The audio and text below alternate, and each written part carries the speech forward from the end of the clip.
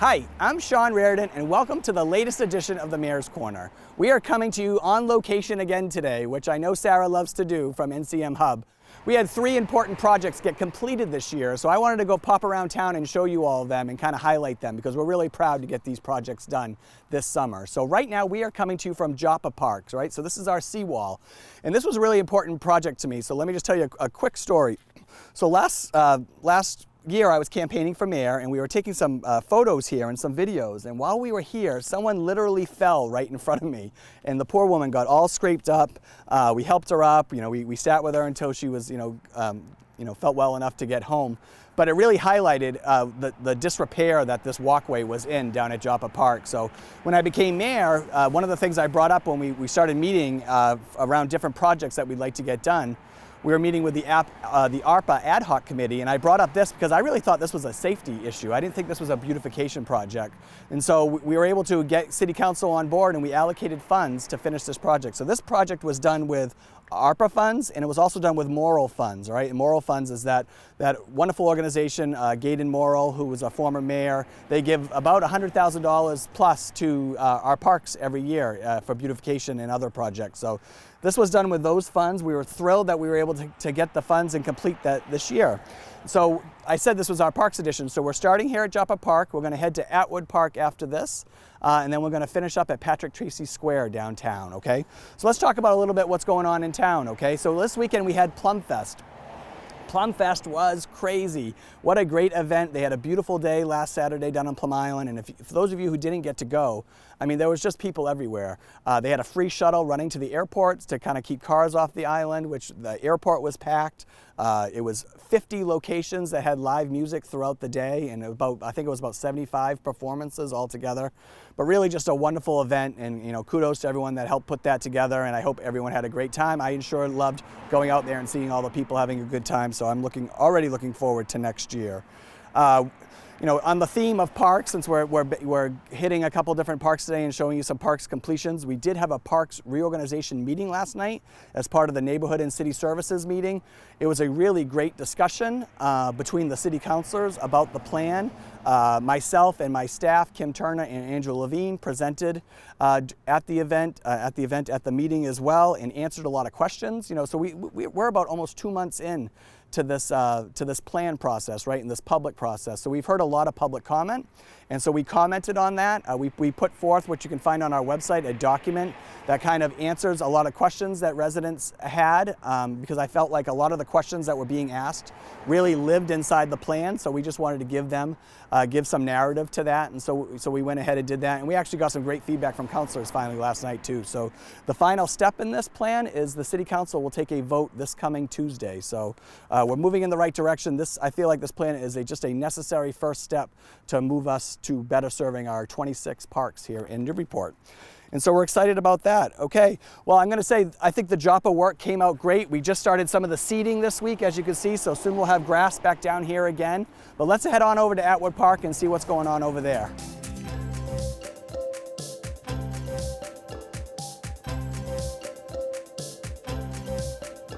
So we're here at Atwood Park, and if you've never been to Atwood Park, it's between School and Atwood Street. You can get down Federal, you can take one of those rights to get here. It's really a wonderful park, and I've told this story before, but I used to come to this park all the time as a kid because my cousin's grandfather was Bradley Fuller. So if you've ever been on the track on Bradley Fuller Field, so my Uncle Roger, that was his dad.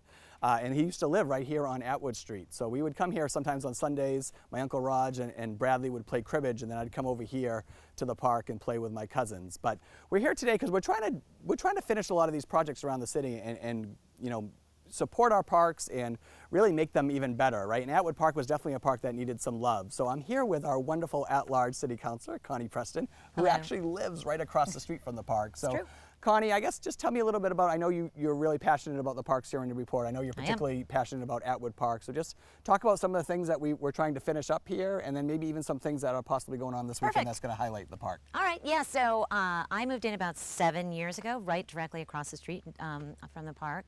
When I first moved in, the park was in a little bit of tough shape.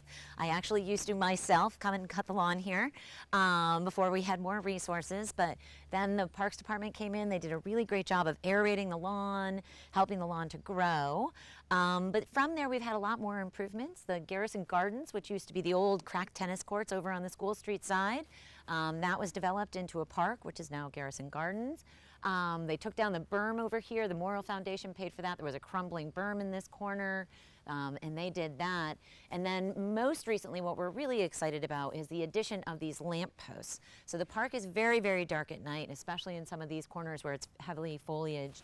And, you know, we really felt people in the neighborhood didn't feel terribly safe coming in here at night. Yeah. So about 2 years ago, next month actually, I reached out to the Parks Department, asked that we could get some more lights in here so that we could feel safer at night.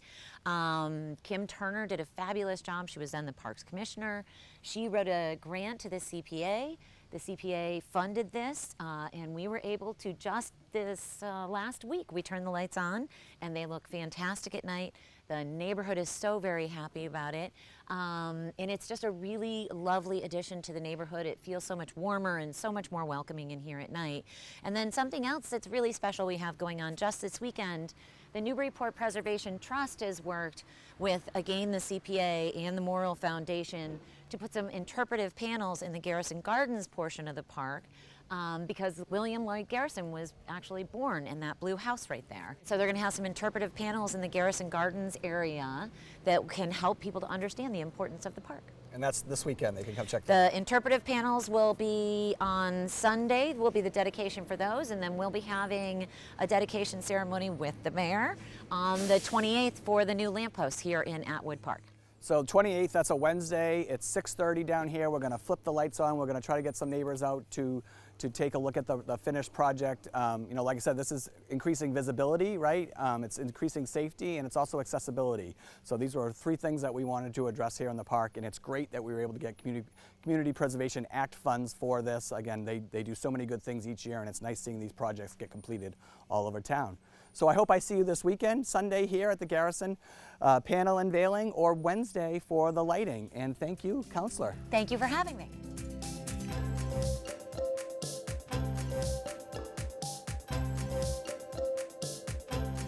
Okay, our final stop today, we're at Patrick Tracy Square, okay? So if you didn't know, the little area downtown, this little brick area between New Kitchen and the coffee shop over here and the Nook, is called Patrick Tracy Square, okay? So we've actually just completed another Morrill Foundation project here. So you're gonna see we have this wonderful lighting that we've put up here. We've got some donated sculptures that we talked about at a previous Mayor's Corner that are great. And we also put in this stone chess table. So kudos to the Parks Department on all three of these places we've been to today, because the Parks Department, working in coordination with the DPS and the Mayor's office, has been able to really step up and get these projects done. So please come down and check out Patrick Tracy Square. Just a couple more things I wanted to get on your radar. So we talked about Plum Fest, we talked about the Parks Reorg, we had a great meeting last night. Some of the other things going on. So we have a really important meeting on Friday, okay? Friday at 9 a.m. out at PITA Hall, out in Newbury, out on Plum Island.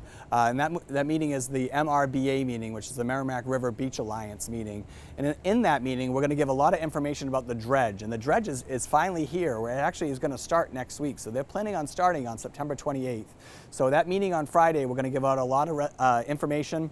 And all that information that we get, we're going to make sure we send it out to residents. So we're going to send that out in a number of different ways, but particularly the residents out on Plum Island, and then particularly on Plum Island, that Reservation Terrace area, because it is going to be roped off for a period of time as we work through that dredge. Again, like 250,000 cubic yards of sand is going to be placed on the beach there at Reservation Terrace. And we're going to have our staging area at the point on Plum Island, and we're going to be able to go around, and so we're not going to interfere with neighborhoods or dunes.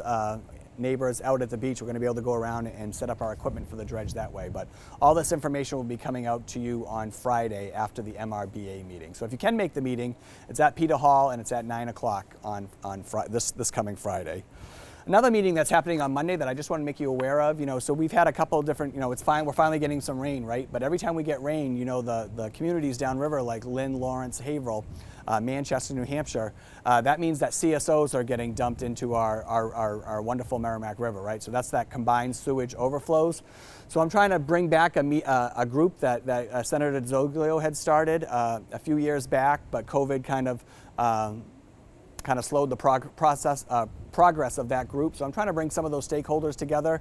I'm also working with the ACES group here in town, you know, Art Currier, Ron Martino, Lon Hockmeister. They've got a survey coming out around the Merrimack River. So I'm going to bring in Senator Tarr, I'm bringing in the Merrimack Valley Planning Commission, the MVPC, and then we're also trying to get some New Hampshire communities as well involved. So that meeting is coming up Monday, but I'm going to keep the community informed about what comes of those meetings. But I'm really excited that we're starting to get that group back together, because we want to look at, you know, a lot of these are big infrastructure projects for these communities upriver to fix their CSO problem, but there's a lot of natural remedies that we can do too. But I just think it takes a lot of coordination and a lot of creative thinking and looking at these communities and seeing what else they could be doing to help their CSO problem. So I'm excited about that meeting. You know, I was able to attend two really big fundraisers this past week. The Anna Jakes Hospital Aid Association and then the Firehouse Association had fundraisers that were really well attended. So this weekend, I just wanted to let you know, on Saturday, it's the 21st Annual Art Auction and Venetian Carnival. This is for the Newburyport Art Association. This is a wonderful event. It starts at 5:30. And you can tell we're downtown. We got trucks going by. So at 5:30 it starts. There's going to be a live auction. That's at 65 Water Street. My wife and I will be there. It's going to be great. And then next weekend, we have the Jeannie Geiger Crisis Center annual walk against domestic violence. This is a great event, happens every year. I don't always get to take a part in it.